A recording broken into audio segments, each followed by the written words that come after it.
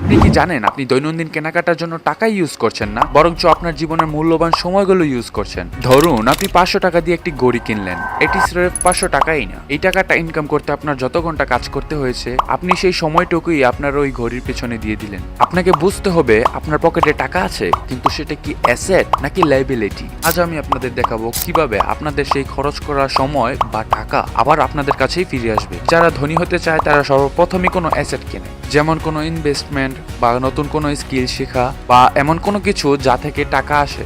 টাকাটা ফেরত নিয়ে আসার সর্বপ্রথম দাবি হচ্ছে টাকাটা আসলে কি তা বোঝা। আপনার উচিত প্রতি মাসে অন্তত 500 টাকা হলো বের করা, যে টাকাটা আপনি ব্যাংক অ্যাকাউন্টে ফেলে না রেখে ছোটখাটো কোনো ইনভেস্টমেন্ট শুরু করতে পারবেন। কারণ এই ছোট ছোট ইনভেস্টমেন্টই একসময় বড় আকার ধারণ করে, বাটারফ্লাই ইফেক্টের মতো। আপনারা নিশ্চয়ই বাটারফ্লাই ইফেক্ট চিনেন। হ্যাঁ, হয়তো আপনারা এই 500 টাকা দিয়ে কোটিপতি হওয়া যাবে না, কিন্তু ভবিষ্যতে কিছুটা হলো ফাইন্যান্সিয়াল সেফ জোনে থাকতে পারবেন। আর আমরা সাধারণ মানুষরা কি করি? ইনকাম করলেই আগে দামি ফোন বা বাইক কিনি। আর অপ্রয়োজনীয় খরচ কমানোর জন্য একটা টিপস, 24 ঘন্টার নিয়ম। কোনো কিছু কিনতে ইচ্ছে করলেই সাথে সাথে না কিনে 24 ঘন্টা অপেক্ষা করুন। বেশিরভাগ সময় দেখবেন 24 ঘন্টা পর সেই জিনিসের প্রতি আপনার আকর্ষণ খুবই কম, আর এই বেঁচে যাওয়া টাকাটাই আপনার ইনভেস্টমেন্টের মেন পুঁজি। এরকম টাকা পয়সা নিয়ে আরো অনেক ইন্টারেস্টিং বিষয় আমি আমার আগের ভিডিওতে আলোচনা করেছি, চাইলে দেখে আসতে পারেন। আজকের ভিডিওতে বলা জিনিসগুলো কি আপনি আগে থেকেই জানতেন, অথবা আমার বলা দিক নির্দেশনা অনুযায়ী চলতে যদি কোনো অসুবিধা হয়, তাহলে আমার ভিডিওতে কমেন্ট করুন, আমি নিজে আপনাদের রিপ্লাই দিয়ে সাহায্য করব। আমাদের মানি মাস্টার ভিডিওতে সাবস্ক্রাইব বা ফলো করে রাখলে তোমাদের